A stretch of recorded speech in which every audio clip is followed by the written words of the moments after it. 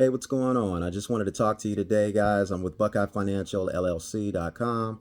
You can check my website out. You can look me up. You can see all of the different things on my website. But what I want to really channel in and I want to focus in on is I want to focus in on our single women. Some of our women are single by choice. Some of them are single by force. Some of them have decided to choose divorce, which we know, and we won't necessarily get into the statistics of it, but you can find out that a lot of our women are filing for a divorce because of one reason or another, justifiable or non-justifiable, but nonetheless, they have the choice and the freedom to be able to make whatever decisions that they want. So I'm not here to speak about their choice and decision. I'm here to speak about the path that they're choosing and what lies ahead that they need to be prepared for. Okay, guys? So a couple of things that I'm going to throw out, and then I'm going to dive into some statistics, because men lie, women lie, but statistics really don't lie at all. So let's go ahead and dive into that. All right. They're projecting by 2030, I think it's 2032, that Social Security is going to be bankrupt. They're expecting a 22% drop. The interesting thing about a 22% drop is that it's not considering inflation that's going to happen. That's going to make that 22% even all the more. All right. The next thing that we want to talk about is we want to start talking about some said categories that women will definitely go down the path of, and how the beginning or the honeymoon phases of their decision isn't all it needs to be based in. Okay, so I've got some stats typed up in here, right here, and I want to go ahead and I want to read them to you. Okay, all right. So when we start looking at statistics in terms of women's outcomes after divorce and the financial health and well-being, we start to come across some impactful things. Okay, let's start looking at the financial impact. Women experience a disproportionate financial impact after divorce. It's around 33% decline in their income compared to men with 18%. Now, what do I contribute that to? Typically, in a modern relationship today, a man is expected to carry the weight financially. When a man does carry the weight financially, that's all well and good in the relationship for a woman. But when a woman decides that she wants to leave, she either has no skill set or she has a dusted up skill set that has collected cobwebs on the shelf because it's something that she didn't have to do. All right. So when we're looking at that, we're also looking at that for children whose parents divorce and remain divorced for at least 6 years, their family incomes falls 40 to 45%. So imagine living the way you're living in a marriage and then dropping off 45% of what you're used to, accustomed to having. Okay, so that's something to be in consideration as well too. And then when we start talking about things like housing and poverty, about 32% of the people in single mother families who were in poverty remained so 36 months compared to 18.7%. So that number is very close to what I mentioned earlier about the financial impact. So they kind of go hand in hand.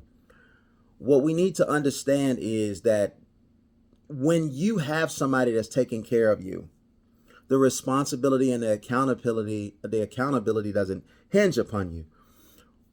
But when we decide that we're not going to be married ever, or we decide that we are going to get divorced, that responsibility is incumbent upon you. There's no finger pointing for what goes wrong. Okay?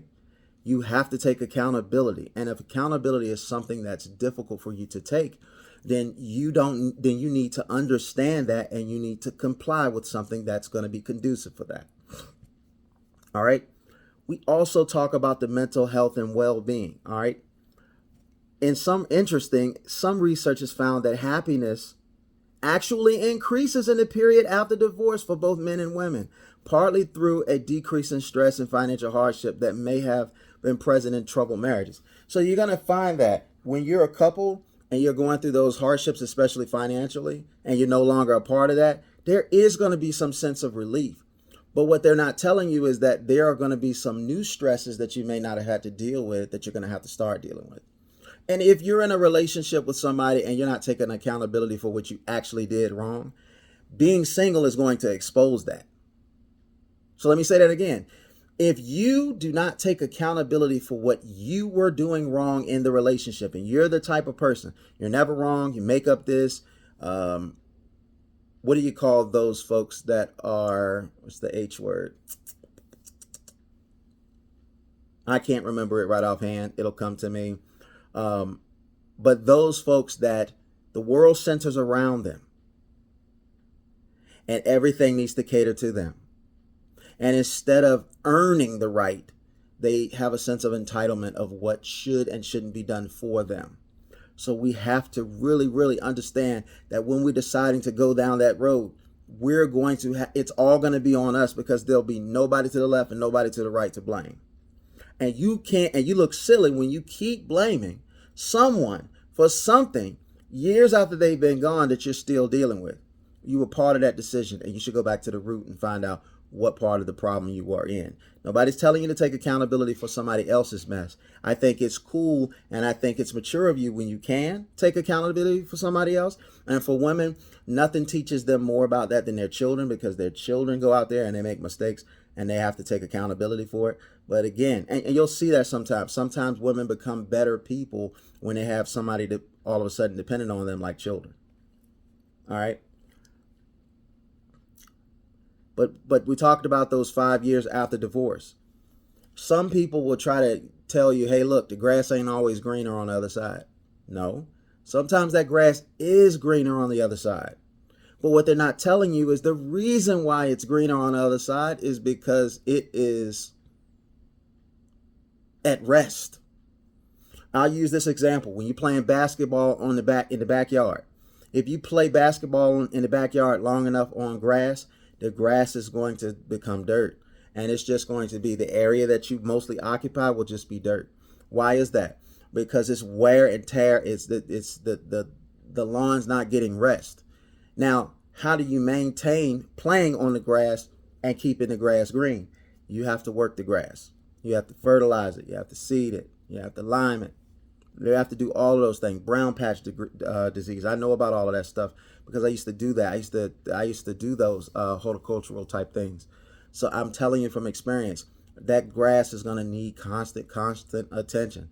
And if your grass that was once green isn't green anymore, it's because you stopped paying attention to it. You stopped giving it the energy and the effort that it needed.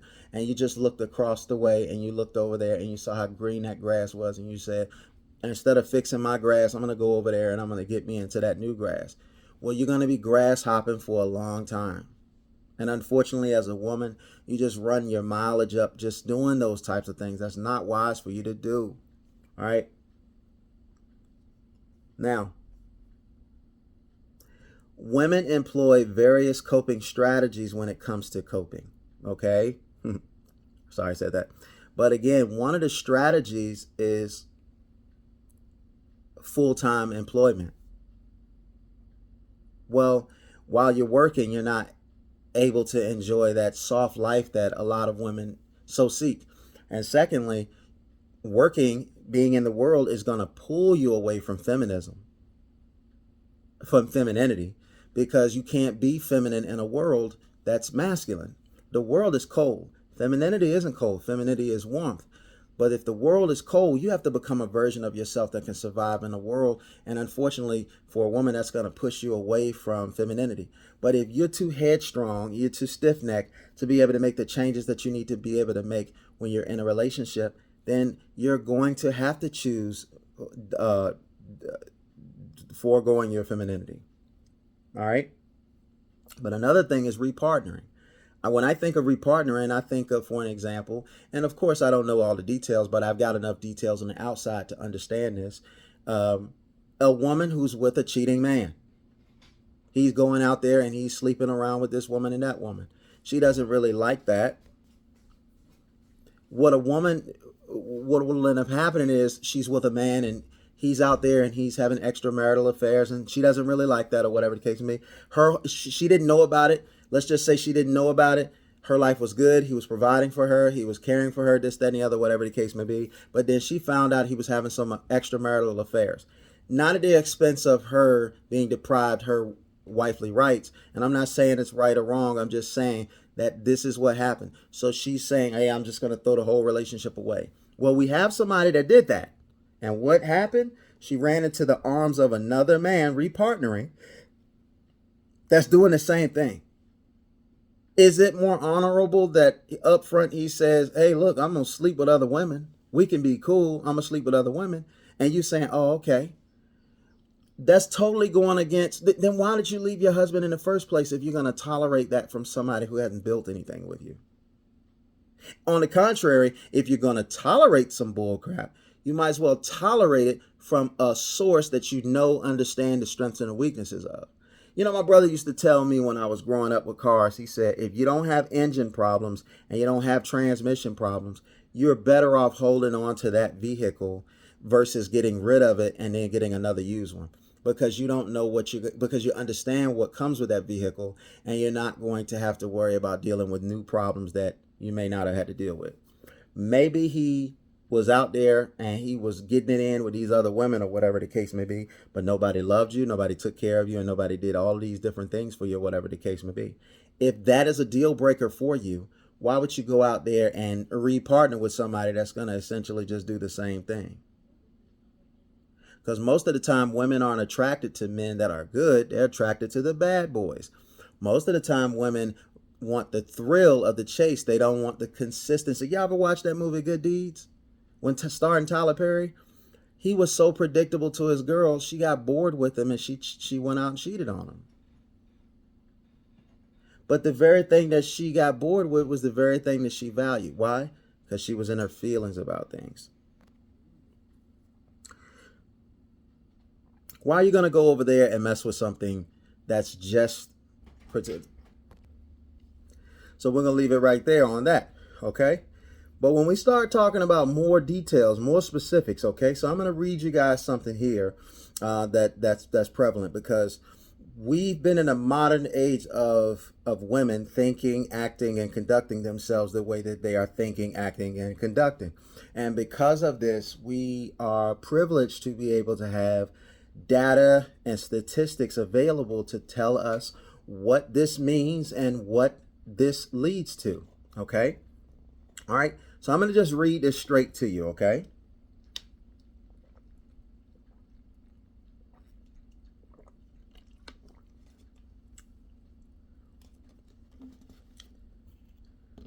And we're going to use some actual celebrity names. These are facts, okay? So Vivica A. Fox has openly stated that not having children is the biggest regret of her life. As she revealed in an interview with Oprah, she expressed that she doesn't get to see my eyes in a child and feels she missed out on a profound experience. All right. Now, despite her earlier regrets, Fox has more recently, at age 57, made peace with her decision, stating that she chose career over motherhood and never met the man that I can have children with. She now finds fulfillment through her 6 godchildren. Okay? I'm going to pause it right there. Having to make peace. When you have to make peace, it is something that is undeniably something you regret, but you know the regret will eat at you, so you have to come to some type of terms with it. Doesn't give you a sense of satisfaction, but it gives you a sense of being able to move on in your life. Ladies and gentlemen, especially the ladies, I'm telling you, family is so important to your purpose. You are not going to find fulfillment unless you are walking in your purpose. So the trick of the enemy is to deny you what your purpose is and get you to focus and concentrate on something that makes somebody else happy. Going out there and getting a career and having a rewarding career is designed for a man to be happy. But men and women are not alike. So what's going to design to make a man happy and give him joy and peace is not going to give a woman happiness and joy and peace. We are polar opposites. We don't look for the same things.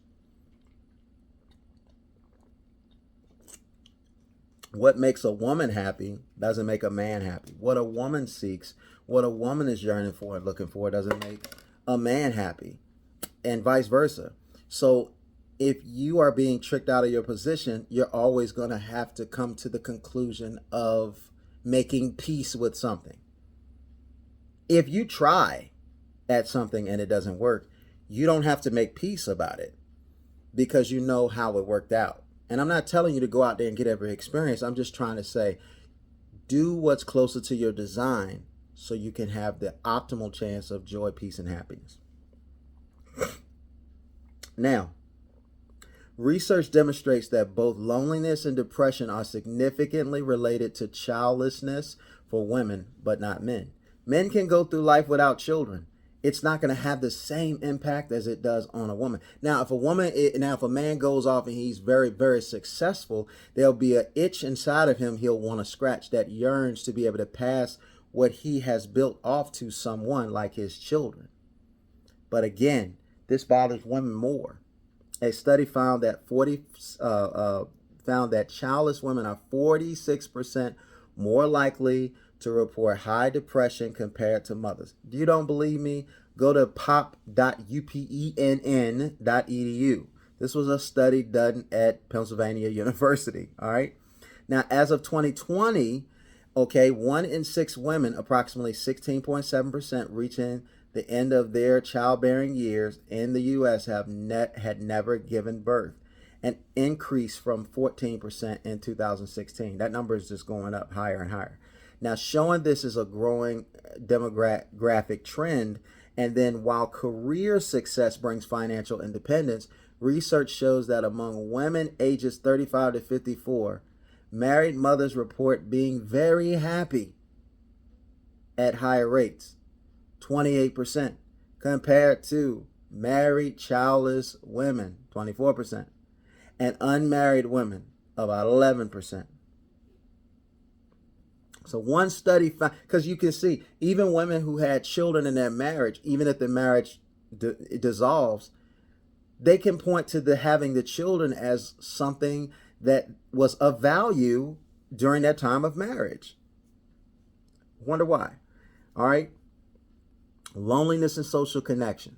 Okay, so research indicates that childlessness has a greater impact on social loneliness than emotional loneliness, particularly among older adults compared to middle-aged adults, suggesting that the absence of children becomes more significant with age. You're not feeling that as much in your 30s as you are in your 60s, in your 50s. You still think you got the whole world ahead of you, but in actuality, there is this 10-year period between 20 and 29 gives you optimum procreation time. And the trick of the enemy is you forego that and you decide you're going to have your children when you start getting less attention, preferably in your mid-30s or whatever, and then that's when you're going to start trying to have a husband or children, or some of you will rather carry before marrying. And all I'm saying is it is your choice to do whatever you want to do, but you got to have a game plan to sustain the road that you're going down and secure the road that you're going down. Because you would never drive down a narrow road that has a cliff on both sides, because all you need is a moment of a lack of concentration and you're going to fall to your death. So what you need to do is you need to secure the road that you're going down so you can go down that road. That way, if you have a mishap, you fall asleep or whatever the case may be, you got good guardrails to keep you alive. Some of you are just going down these roads with cliffs on both sides. All right. So studies show that divorced, widowed, and never married men who were childless had significantly higher rates of loneliness compared to women in comparable circumstances. Again, because when a man doesn't have a woman in his life and he's focused on his dreams and his goals, what's going to end up happening is it's going to make him more apropos to want to have children, to leave something behind. It's just in his nature to want to provide in that sense. So I get that. Now, these statistics are examples demonstrate that while career success brings various rewards, many women who prioritize careers over family do experience significant regret and challenges with loneliness later in life, particularly if they remain single. The effects appear to be strongest in the absence of alternative family connections or other meaningful relationships. So these things are true. These things are out there, guys. Now, I'm always going to be a proponent of we need each other. Men need women for different reasons, and women need men for different reasons. But to identify what those reasons are, they're going to be different for what a woman needs and what a man needs. What we have here is we have a world that we have created, a first world.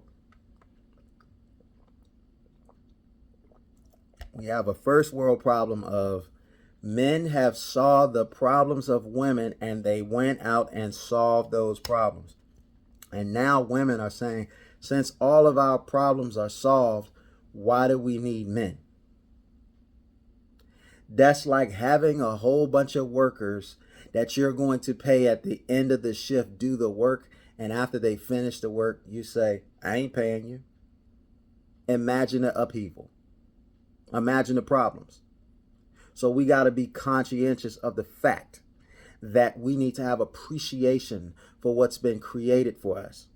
But if we're going to take the path, if women are going to take the path of not appreciating a man, or if she's come to terms in some righteous way that she's not going to be with a man, okay, you have the right to choose whatever you want to choose. Now let's be prepared for it. And where can you go and get that preparation? There's not a lot of businesses that are interested in helping with preparations for the large growing number of women that are choosing and electing to be single. So with that being said, if you're conscientious, if you're a woman and you're fortunate enough to filter your emotions through your logic and you conscientiously are thinking about tomorrow and what that future holds, you're making possibly a treacherous mistake by going to a traditional financial advisor because they're going to give you traditional financial information.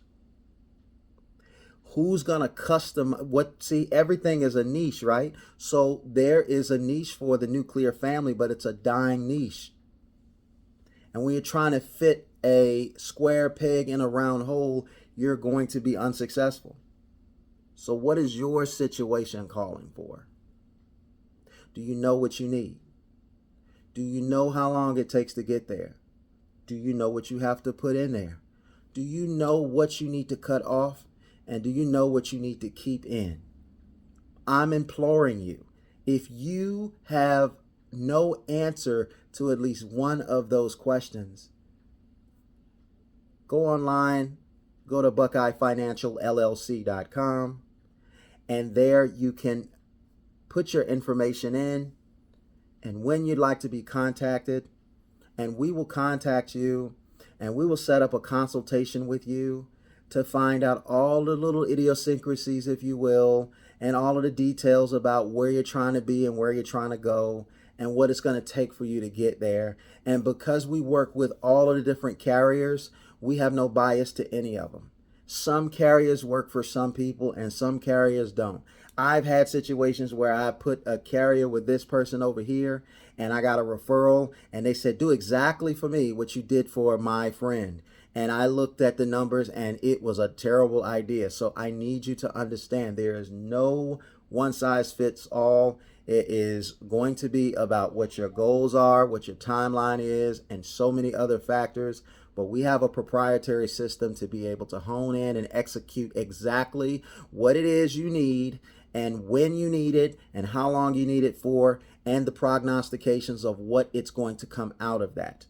If that is something that you're sick and tired of worrying about, and I mean sick and tired of worrying about, then you need to get in contact with me. Obviously, if you want to call me directly, that's difficult. You better, if you're going to use that method, I would rather you message me, identifying who you are, what you're looking for, and what your time frame is. You can message me. My number is 804-909-5898. You can also email me at Lee, L-E-E, at BuckeyeFinancialLLC.com, or you can go to my website and there is a get started form or start planning form you can click on.